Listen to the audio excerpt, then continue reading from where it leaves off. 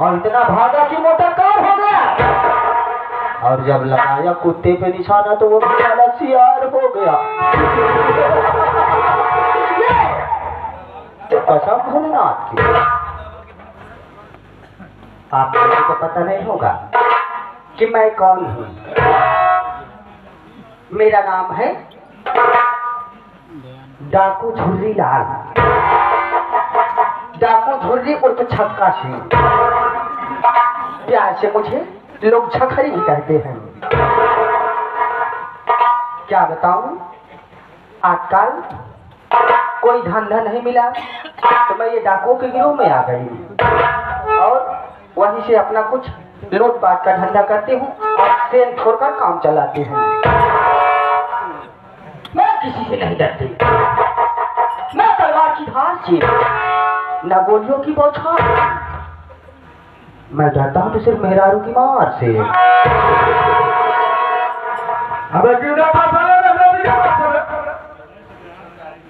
अरे शादार जी, तुमका पता ना है भाई, आजकल मेहरारू के बोल वाला बा। अब का जिधर जाओ धर मेहरारू के हर देखा अच्छा बा। अगर ज्यादा उनसी बात कर बता काट बाल के धमका तो डरा में भर दे।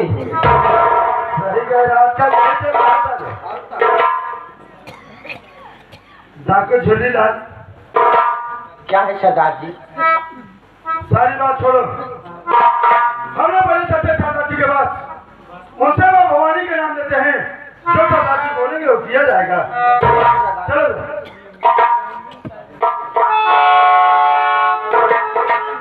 ये आगे आप प्रेमादनी मानेश्वरी साहब साहिल पटेल बाबू जी की तरफ से ये 1000 रुपये का पुरस्कार मैंने हृदय की गहराइयों से धन्यवाद देती हूँ।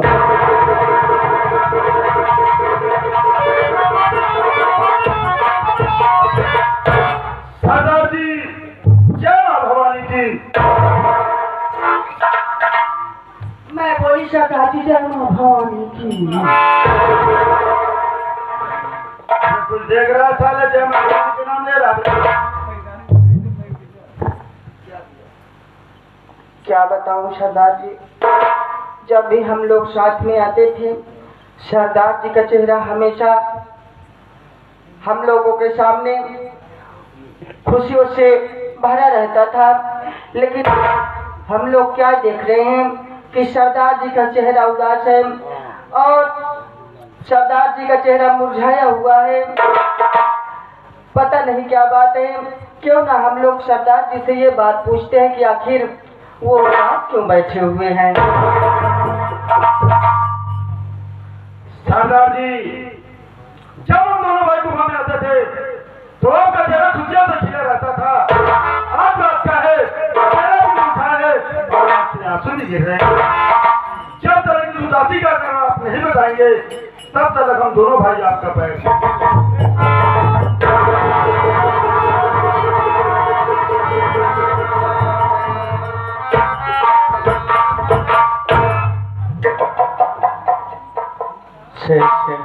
जी सरदार जी। झुर्री रानी, तुम लोग ये जानना चाहते हो कि आज ये मेरा चेहरा उदास क्यों है? जी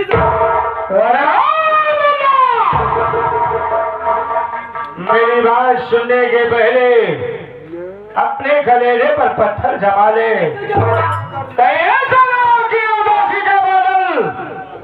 तेरे भी सर पे छा जाए मुन्ना। जानता है कोई चोर डाकू अपनी माँ के पेट से नहीं पैदा होता रे। जब ये देश के परिंदे इंसान को जीने पर मजबूर कर देते हैं, वही इंसान मजबूरन अपना वेश डाकू का बनाता है। ऐसी मेरी कहानी है मुन्ना। मैं धारा नगरी का रहने वाला था। मेरे पिताजी का नाम गोपी किसान था।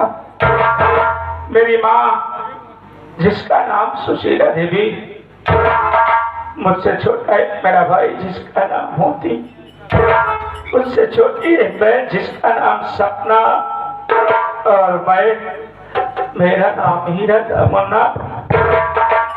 मेरे बाबूजी धारा नगरी के जमींदार बाबू बादल सिंह के यहाँ से 500 रुपए कर्ज लाए थे मुन्ना।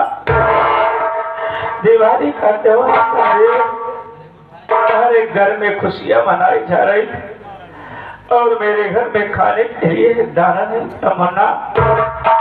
हम तीनों बहन भाई घर में बैठ करके रो रहे थे। बाबूजी बीमार झोपड़ी में पड़े थे मेरे भाई। माँ ये सोची कि मैं जाऊं गांव से कुछ मांग करके लाऊं और अपने छोटे छोटे बच्चों को खिला दूं मुन्ना। मेरी माँ गांव में मांगने के लिए चली जाती है। इतने में वो जमींदार साला मेरी झोपड़ी पर आता है और मेरे बाबूजी से अपना कर्ज मांगने लगता है मुन्ना।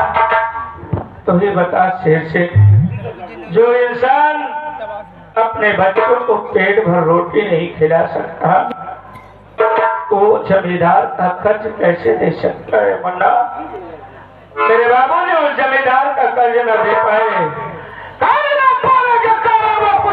अपनी राइफल को लौट दिया और मेरे बाबू ने तो गोली मार दिया।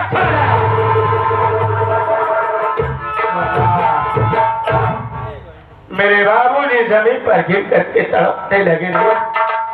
गोली की आवाज सुन के मेरी माँ गांव से भाग करके आई और उस जमींदार के पैर पर पेड़ बन के रोने लगी कि बाबू साहब आपने ये क्या कर दिया। लेकिन मेरी माँ पे भी रहम नहीं आया मुन्ना। अपने जेब से लाइटर को निकाल करके मेरी झोपड़ी में आग लगा दिया। जानता है उसी चलती हुई आग में मेरी माँ को गाना क्या फेंक दिया सारा। ये सदमा मुझसे बर्दाश्त ना हुआ। मैं उस जमींदार से टकरा गया। लेकिन कहा गया है कि जब किस्मत ही साथ नहीं देती तो कुछ नहीं होता मुन्ना। नामालूम की चीज से मुझे वो मार दिया कि मैं बेहोश हो गया और जब मेरी आंखें खुलती है तो मैं डाकू के खेमे में रहता हूँ मुन्ना। सरदार जी ने मुझसे ये कहा कि देख बेटा हीरा, अगर आज तू अपने गांव को लौट करके जाता है तो तेरे गांव वाले चैन से तुझे जीने नहीं देंगे मुन्ना। यही कहेंगे ये हीरा तेरे माँ बाप को जमींदार इस दुनिया से मिटा दिया और तू चैन की नींद सो रहा है। मेरे समझ में कुछ नहीं है मुन्ना। मैं ये समझ लिया कि आज ये हीरा मर चुका है और उठाया बंदूक के बारे को अपने हाथ में। उस दिन से मेरा नया नाम हो गया मुन्ना। डाकू गंगा से, डाकू गंगा से, डाकू गंगा से। मेरे दोस्त, आज अचानक मुझे मेरे भाई बहन की याद आ गई, इसलिए मेरे आंख से आंसू बहने लगे और कोई बात नहीं है मुन्ना।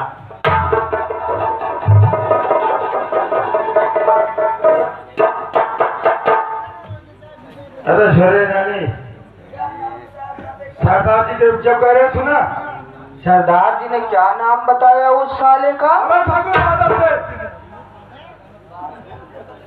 वो बादल है साला, दर बदल गया है मोटाई।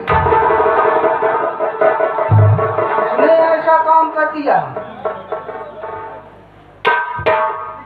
कोई बात नहीं,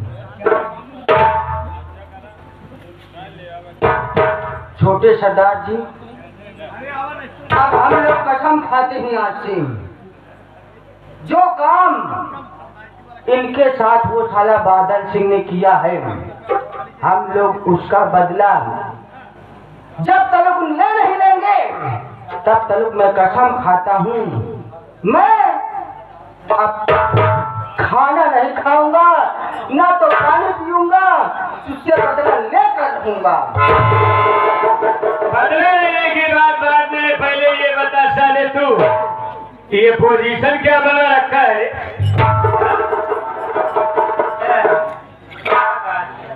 दिया हम आज गई अब वही जाने हैं हम।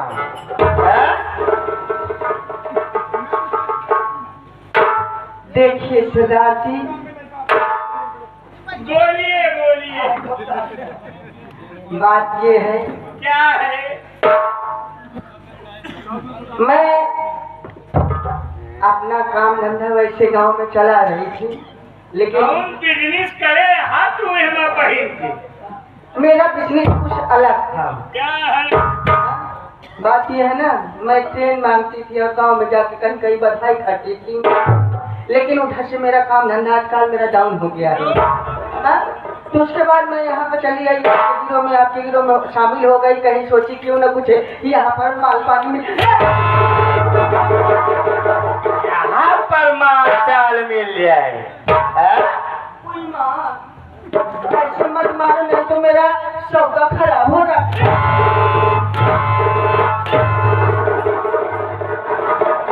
तो हर सौदे इतना खराब कर दिया कि क्यों पूछबो न कर। लगता है यहाँ पर भी धंधा नहीं चल पाएगा। मैं जाती हूँ कहीं नया धंधे से। जा ढेर चिन्ह न रहा ओमा तो हम बाजार बराबर चले। तेल चटाई का धंधा चल।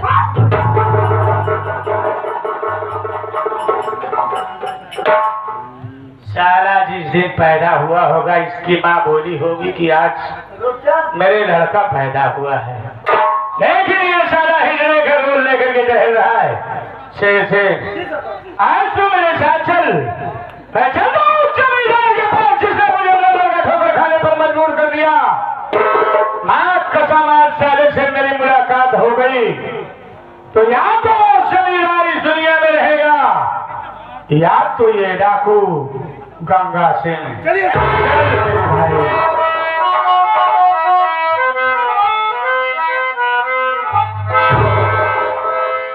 अरे सब कुछ हमें, सब कुछ हमें अल्लाह के दिलवर ने दिया है।